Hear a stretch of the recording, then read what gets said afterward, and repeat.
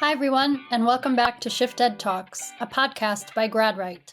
Today, I'm thrilled to be joined by Mike Mazzeo, Dean of the Olin Business School at Washington University in St. Louis, also known as WashU. Dean Mazzeo is an economist and a student-focused leader, passionate about higher education's impact on students, institutions, and the world at large. In this episode, we'll dive deep into the real meaning of return on investment in higher education, the nuances behind these calculations, and how students can make truly informed choices beyond the rankings. Listen on for an exciting conversation with Dean Mike Mazzeo.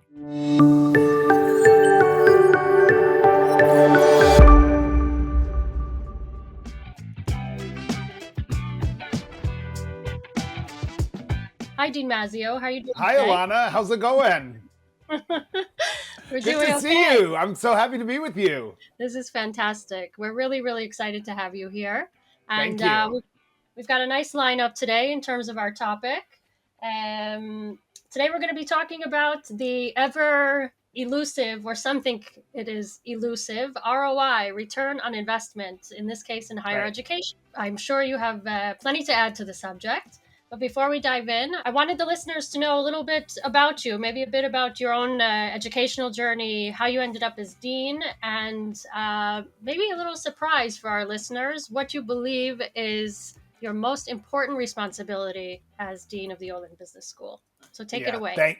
Thanks, Alana. And I think it is, it is in that context of ROI that I can talk about kind of my background and my experience. I am the first in my family to have an advanced degree in terms of, getting a PhD, which I did at Stanford in economics back in the 90s. And that was just an incredible experience for me in terms of what it set me up for in the future. It was a long road and it was an expensive road, but paid off tremendously because after I did get my PhD, I was fortunate enough to get a job as a professor at Northwestern's Kellogg School of Management. And that is a fantastic school and a great place to kind of continue my education as a professor, but also to start teaching students and have an impact on them there. Cool. I was at Kellogg for 25 years, teaching economics and strategy, and also in the last few years, engaging and getting into administration. The faculty are the leaders of the school, and whatever university, whatever business school you're talking about, the faculty is the leadership. And so once I got kind of that bug and got really interested in leadership, it was, I think, very, meaningful to me because I could personally scale my impact to a much greater degree. And in all the years, both at Kellogg and now here at Olin, that I've been on the faculty and then in the administration, the thing that I love about this most is the impact that we can have through the education on the career path and the success of our students in their professional endeavors. And the things that these students do with their lives. And now I'm seeing it, having been a professor for 2.5 decades. And I can see, wow, these students have done and accomplished incredible things and had an impact on the world. So we as faculty members have impact on our students, who then have impact on the world. And it's really a very meaningful.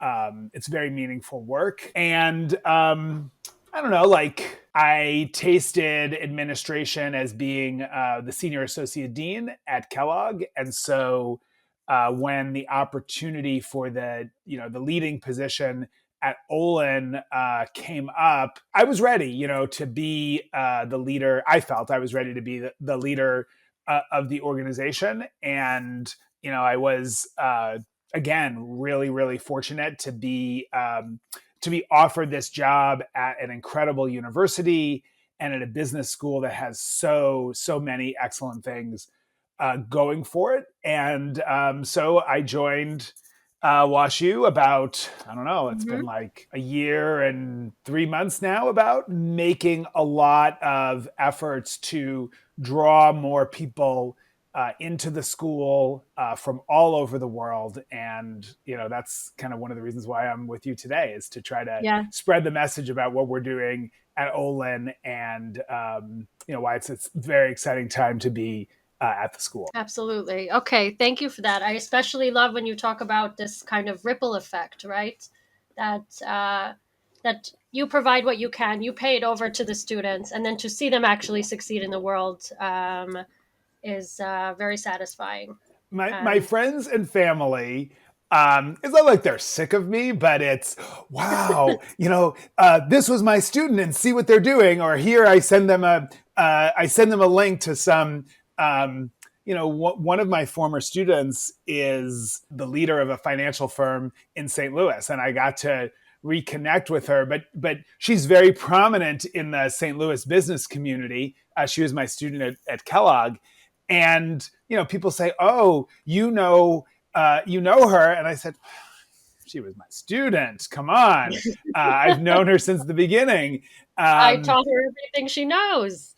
Well, I didn't go quite that far, but I am so immensely proud of the students that I've been teaching. And, one of the things that's fantastic about the faculty at Olin and the school in general, it's a smaller, more intimate environment than a lot of the top business schools in the US.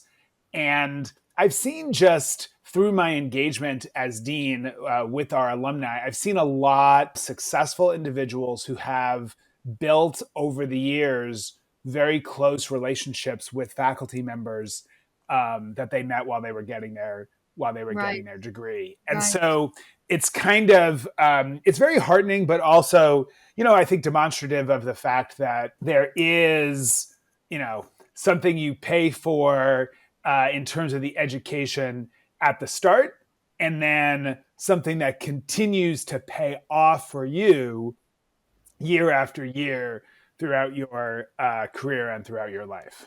Right. I think this is actually the perfect leeway into our subject today. We are going to be talking about ROI and ROI in education. And it's quite a concern for people these days from a strategic standpoint on the side of institutions, how to publish ROI, perhaps how to collect the data to give an accurate representation of job outcomes and salary outcomes. And of course, for international students, it's quite on the one hand, it's very helpful. It can really encourage students to apply to one school over another abroad. Yep. On the other hand, there is a high risk of a pretty major gap in expectations in that regard, or can be, when they go through the reality of graduating, looking for work. And it so happens that the data they had received, or the data they had been presented with, whether by the university or another organization, about the ROI of that program, may not have been inaccurate. In some cases, yes, but in some cases, it's accurate to, graduates 5 years post-graduation, after a number of internships, etc. Yep. So my first question in this regard to you is, how does the Olin School, or also at a higher institutional level that you know of, calculate ROI? How do you know about it? What's the process there when you are to present a number publicly? Right. Okay. So I think the first thing to understand about ROI, and this, of course, applies to any kind of investment that any individual or any corporation or any organization would do, is that it is a probabilistic number. Right? It's a number about the future. What is certain is the cost up front, and what is not certain is the future, streams of revenue that come from this investment project. Okay? I think this is the way this is true. Psychology studies will demonstrate this over and over, is that when data is presented, it's often taken as the truth because it's a number, because it's a calculation. And I think that people really need to understand that it can be a number that's calculated based on a certain set of assumptions, but it can't be accurate because it's about the future. It's inherently an uncertain calculation because of that. And so I think that's, people want to know how you've done in the past, and people want to know, have the best idea possible, but Right. there is, a ton of uncertainty inherent in any kind of calculation like that. And then also a ton of variation, right?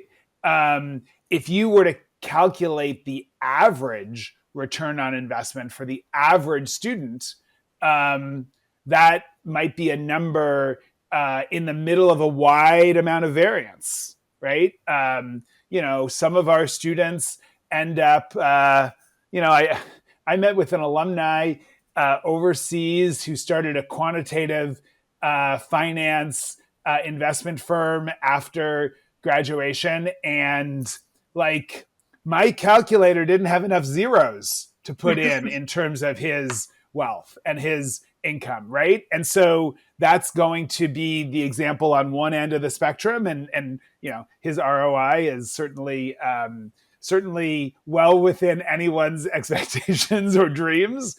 And then there are other people at the other end of the spectrum who may choose a career, say in the nonprofit world, or something that doesn't pay nearly as much as the typical. So ROI is inherently uncertain, and it has a lot of variation. That having been said, I think there are a couple of things to keep in mind about sort of the calculations in general and how people should think about them and how universities should communicate them. I think that it depends on the costs up front, but not just the cost of the tuition itself. You want to factor in the tuition. You want to subtract any financial aid or scholarship that a student may receive.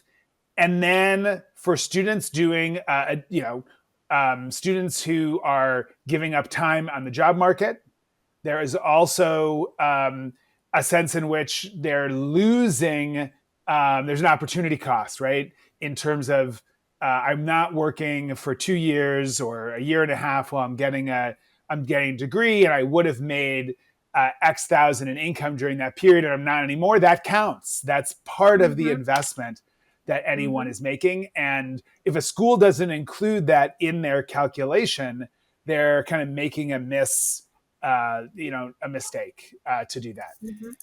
Now, there's also like living expenses while you're in university. I think the calculation there is a little bit more complex because if you were not in school, you would also have living expenses that you'd have to pay, and so you want to think about the delta in those living expenses. And I'm talking about like doing this ROI calculation. It's also how we might want to present it technically. I think there's another, super, super important factor that, I'll just say schools in the US or the UK really have to make kind of accessible and understandable for our students is that, the price for our programs is in dollars. That's how we collect the money. And the currency fluctuations, fortunately, out of my control. I'm Dean, and they're even out of my control. Currency fluctuations can make a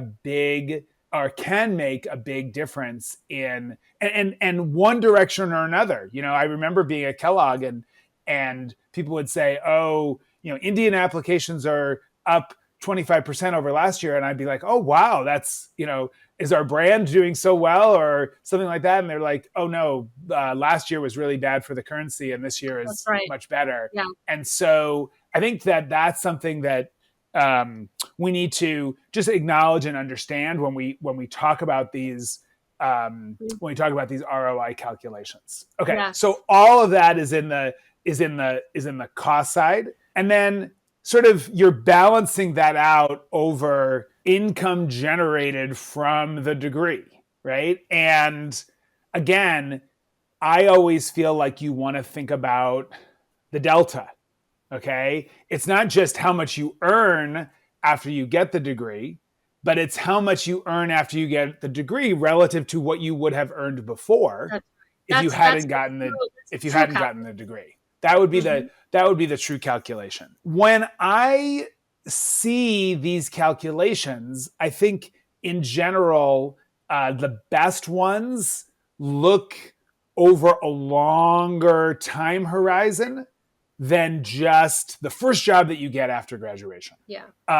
And kind of what you can see there is how many years does it take you to pay back the tuition, right? I think that when you're looking at the top programs, it's something like, 2 to 3 to 4 years. That's sort of only the tip of the spear in terms of, okay, 2 to 3 to 4 years is just the start of your career.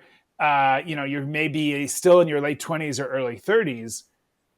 There's 25 to 30 years more of earnings that you have in your lifetime. And, that delta continues and may even grow over that period of time.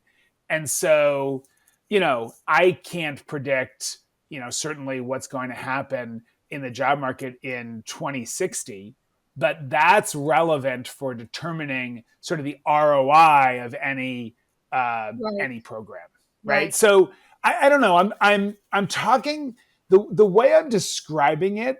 I'm saying, wow, there's a lot of factors here, and you're boiling it down to one single number, and that's where I think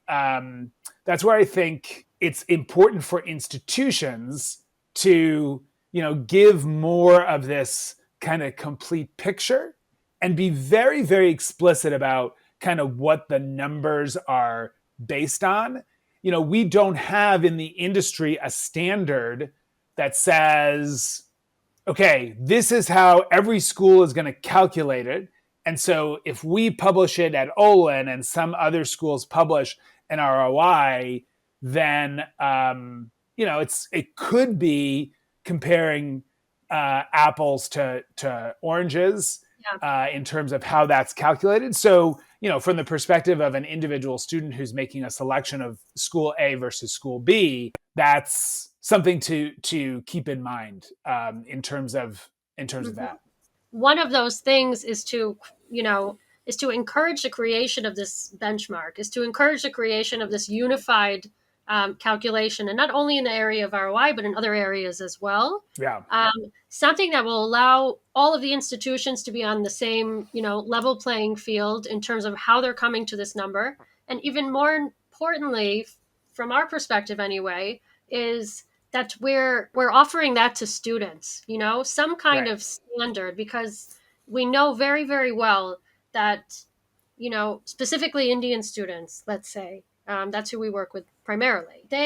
When I've interviewed them and spoken to several of them, and one of my questions at the start of these interviews was that I asked, what is it about rankings? Because what we know is that Indian students are in a rush towards rankings in order to start out that decision-making process. And ROI is part of that. What's so appealing there, aside from the obvious, the assumption that they're going to make this X amount of money in their first job following graduation. Now, what I hear from these students is it's not necessarily that, and it's not necessarily like that the rank, has some strong and inherent meaning to it. What they say is there's no other information. Yeah. This is the information I have. So this is how I measure quality, let's say. And so my next question to you is, there's this idea that you've actually put on the table. Okay, in my mind, it's a new idea. Universities, maybe on a national or international scale, can come up with this formula and start using it. And also, I think that ROI means different things to different students Right. across the globe, right? So it's also to be more cognizant of varying populations, demographics, socioeconomic status, etc., and appealing to those particular international students, and being really transparent with each of those groups as much as possible. But my next question to you is, you know, how do you think, aside from maybe coming together and creating this formula, which is a long-term Yeah. project, how can universities get that more accurate information out to students? And how can they also maybe, based on what you're saying, is, well, we shouldn't put all of our trust in this number. How do you Yeah. communicate that to international students? I want to be very clear.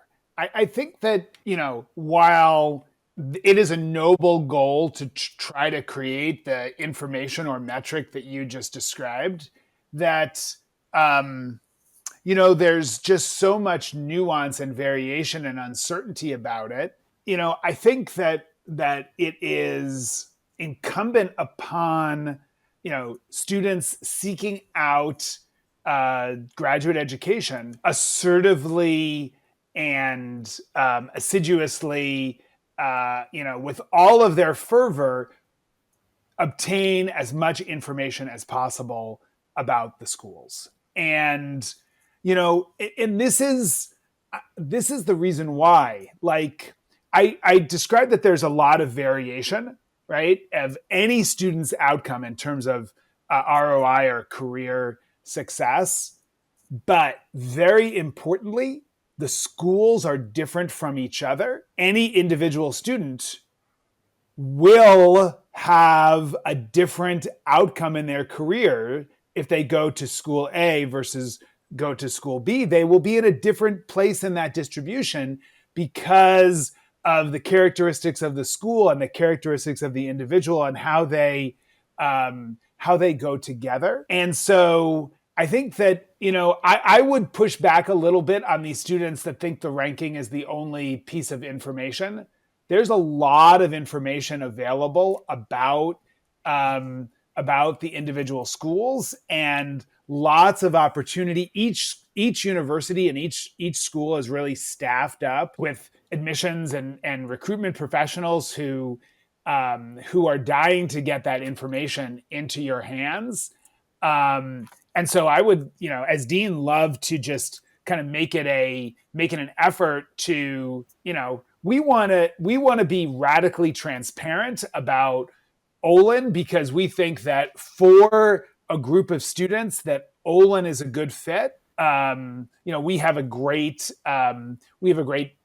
product, and our students will be very successful. But let me give you just an example. Fortune magazine just came out with this study that showed where students who got an MBA, they looked at the C-suites of Fortune 1000 companies, and they looked at where people got their MBA. And Olin was number 10 out of all business schools in terms of C-suite MBA holders. Okay. Well, that was really amazing, and also very surprising given the size of our school. I mean, we're much smaller than Harvard and Wharton and some of the other schools that were kind of in that top 10. Mm-hmm. And that is, again, a nuance of ROI. Not every student feels that she or he is on this track to be a CEO. That's not what they're interested in. But if you're a CEO, your sort of trajectory of income through your career is going to be very different than if you take a technical role in finance.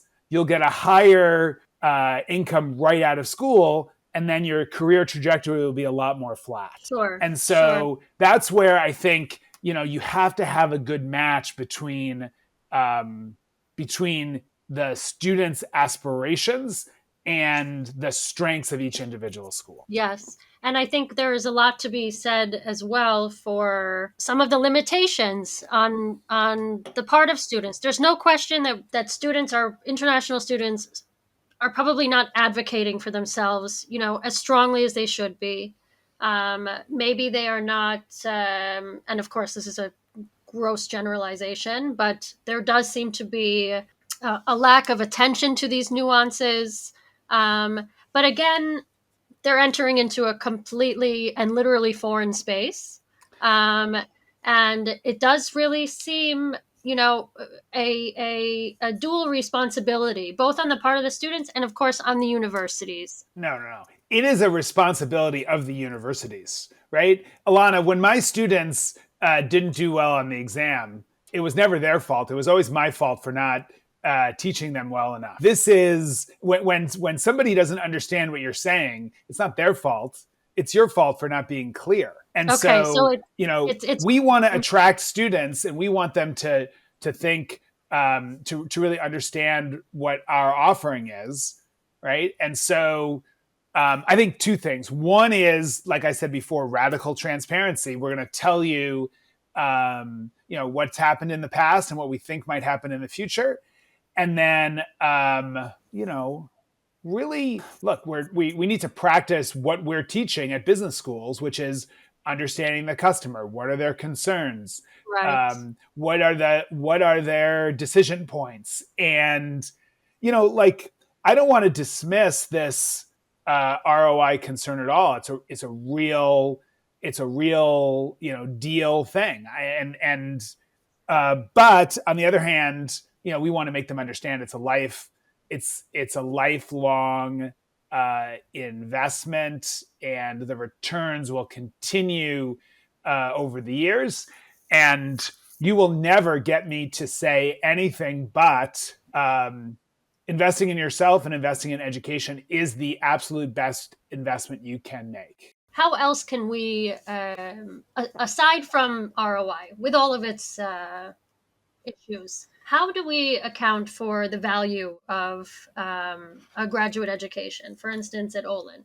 So what are those other aspects that can be equally, important? Yeah.